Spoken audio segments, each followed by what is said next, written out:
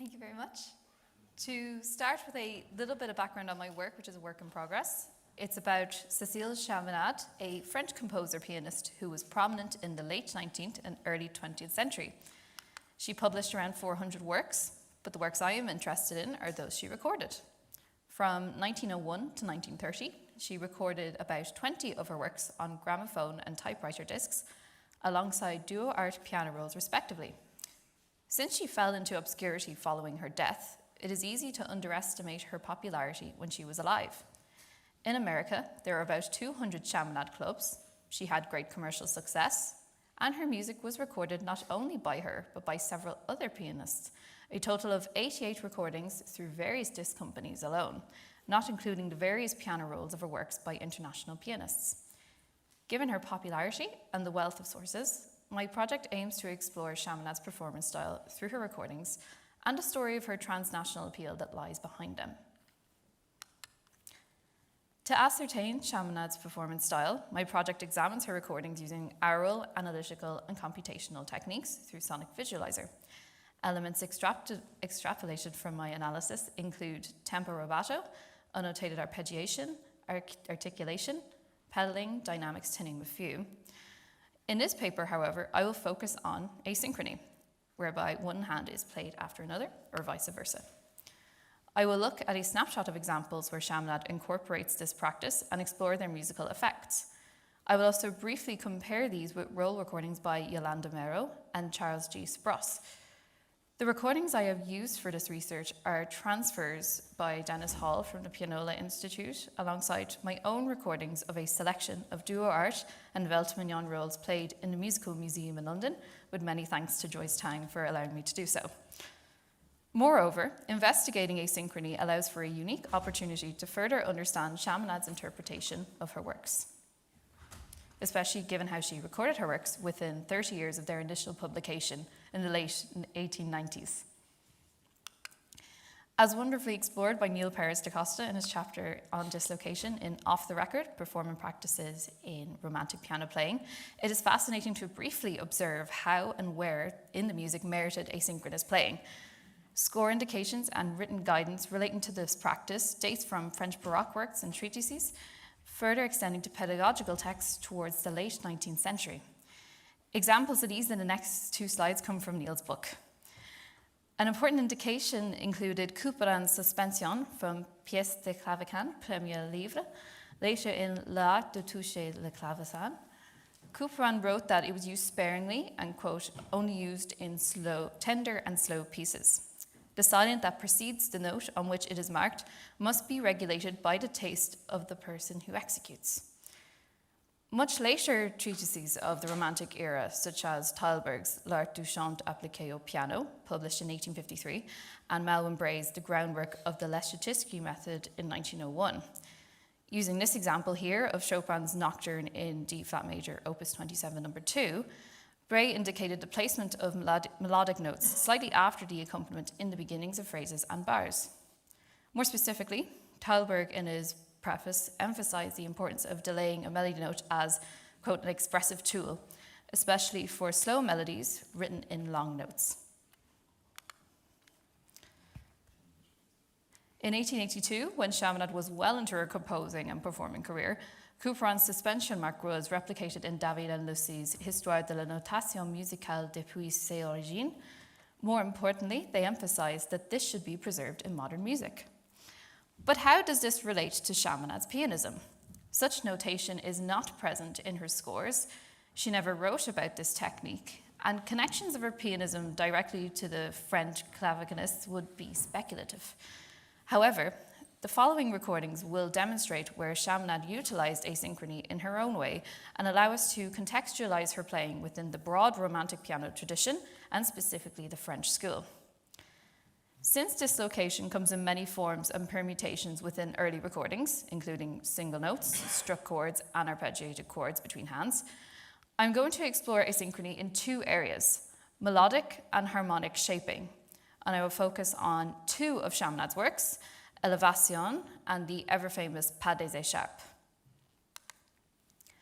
So what happens when a chordal piece is interpreted like that of Elevation, which contrasts the textures of Couperin and Chopin's nocturnes?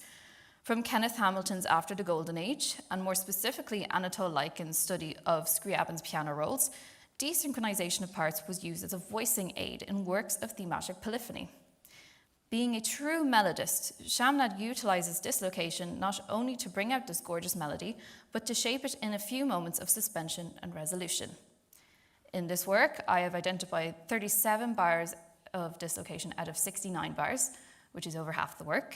Let's listen to the first statement of the first theme in this work, recorded possibly around 1929 for the duo art reproducing piano.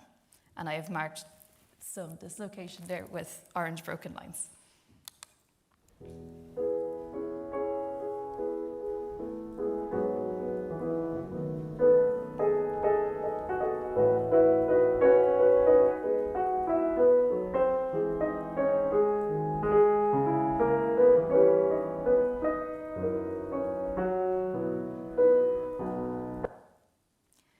In the first phrase of the melody, bars 1 to 8, moments of resolution are highlighted by dislocation in two instances. The first at the end of bar 2, between the tenor voice, which doubles the melody, and the right-hand chord, and again at the end of the following bar. Chaminade repeats this in all repetitions of this phrase, even as the texture grows and the melody is played in right-hand octaves. This is significant not only for allowing the melody to project against a heavy accompaniment, but also for colouring the natural diminuendo that comes with melodic resolutions.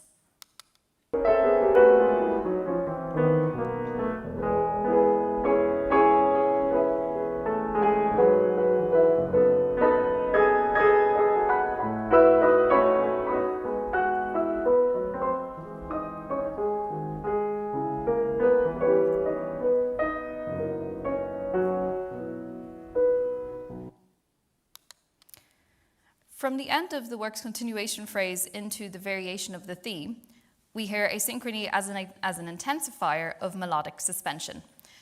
This firstly includes the double G sharps we have already heard at the end of bar 6, anticipating the softer transient modulation to C sharp minor.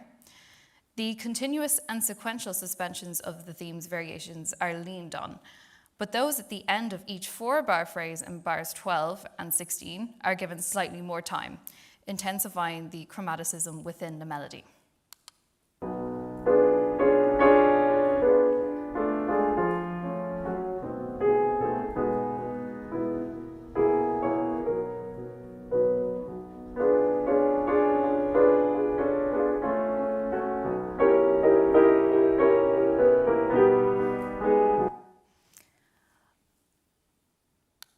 And when we thought that was enough, Chaminade decorates the next statement of this variation, bars 29 to 36 on the slide, with much tenor voice dislocation. As the theme develops into the climax, we hear Chaminade shaping both melodic suspensions and resolutions.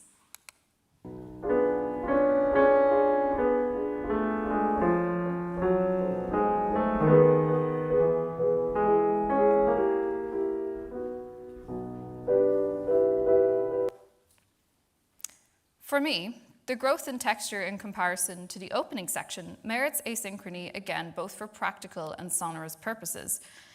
This is the build-up to the work's summit and demonstrates Chaminade's playfulness with the variance of her melody.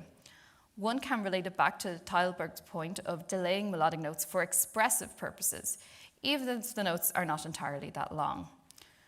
Moreover, this snapshot aligns with Couperin's instruction to use this technique in works of a tender character, which Elevation truly is.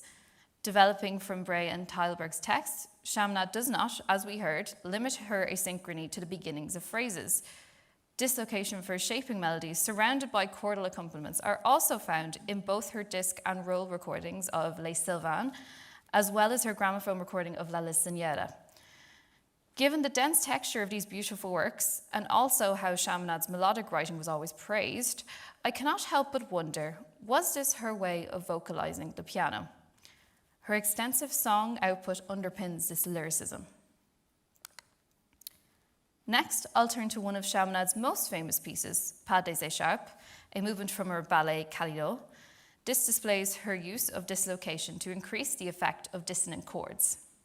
Today, I'm going to focus on the primary theme, so let's listen to the opening of Chaminade's gramophone and typewriter recording from 1901.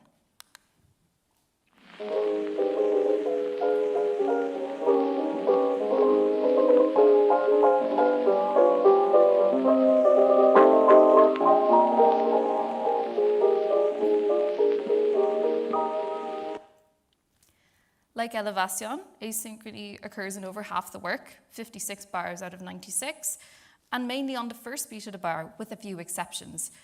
What struck me upon investigating this recording was the prevalence of chordal dislocation, with the chords being struck together as opposed to arpeggiated. I have only really seen so far instances of this in Scriabin's Sonata Opus 23, the second movement via Lycan's book, mentioned earlier on.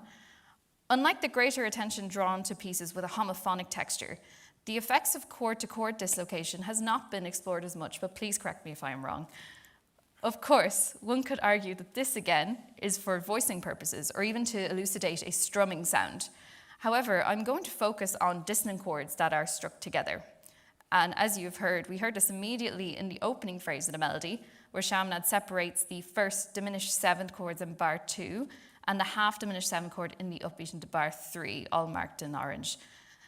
Upon repetition of this material from bar 17 onwards, dislocation occurs in the same bars as in bars 1 to 16, possibly solidifying Chaminade's intention to, through chordal asynchrony, create a more jarring effect through these suspenseful chords.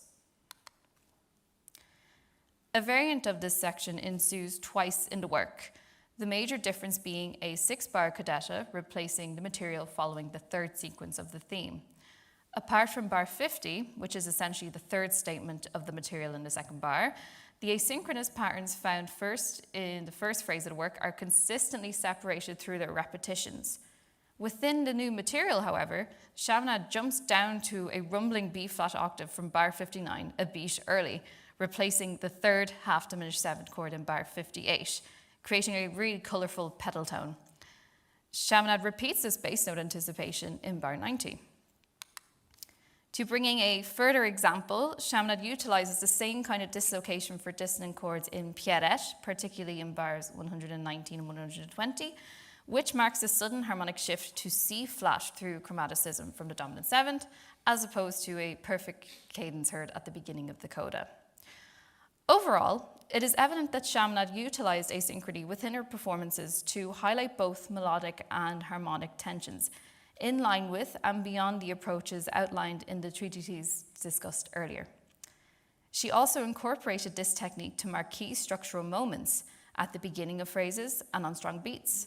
However, it is interesting to see a development on this as Chaminade freely dislocates chords on weaker beats within not only Elevation and Pas des Écharpes, but also in several other works, including Automne, the famous concert etude, as well as La Liciniera.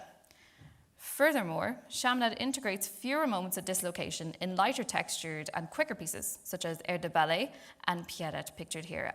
Moreover, also in the contrasting section of Pas des Écharpes. At the start of this paper, I made a particular reference to the use of dislocation in French and more broadly European Romantic music treatises.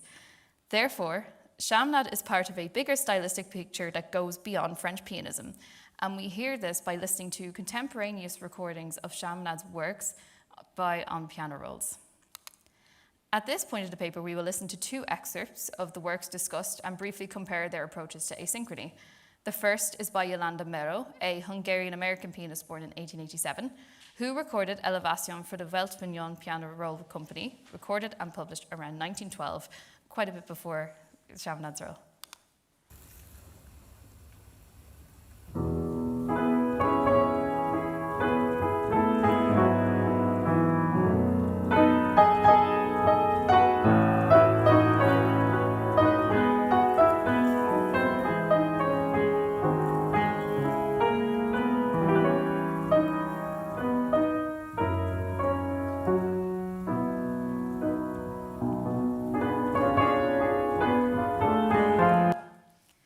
When compared to Chaminade's interpretation, dislocation is used in both similar and different places, especially within the opening bars of the theme.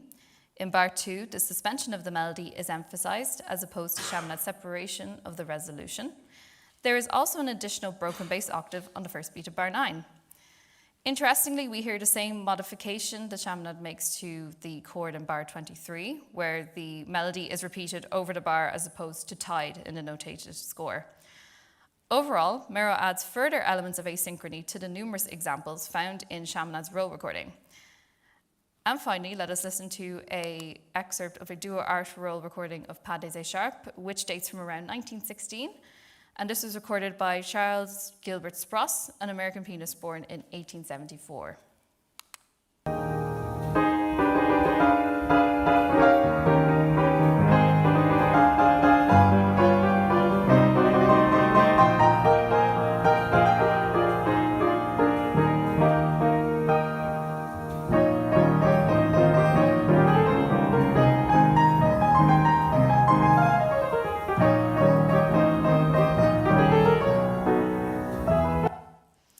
Now in this row, we actually hear a stark contrast, and only 4 dislocations are heard throughout the work, and they only occur in bar 3 along its subsequent repetitions. Even more interesting is how no asynchrony occurs in the second section, where Chaminade breaks the left-hand octaves frequently. And although other recordings of this work will need to be investigated, this individualizes Chaminade's asynchronous playing found in her recordings of the work. So what is the importance of asynchrony in relation to Chaminade's performance style? Where does this leave us? Is this indicative of Chaminade and her influence on others? But how can we know? Is Chaminade an outlier, or does she play in the same manner as her contemporaries? What do these recordings tell us? And crucially, when do things change? From my perspective, the examples seen today capture not only Chaminade's individual style, but also a performance practice that is far removed from how we would perform this work today. They could offer a diverse approach to asynchrony that may appeal and aid performers and students interpreting Chaminade's music. From hearing this evidence and comparing it to Mero and Spross, we still attain a sense of Chaminade's style better than before, despite the instrumental variables that come with playing piano rolls. The sheer number of dislocations within Chaminade's works displays a consistency in using it, yet her playing sounds quite natural, by which I mean it seems to be prevalent throughout her recordings.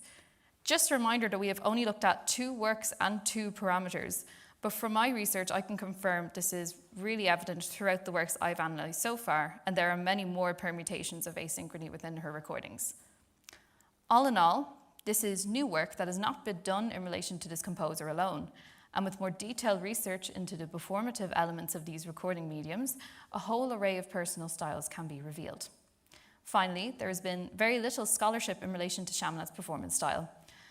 Undertaking analysis of performances captured on recordings from the early 20th century reveals a wealth of new knowledge, not just on her style, but on late 19th century pianism more generally. Thank you very much.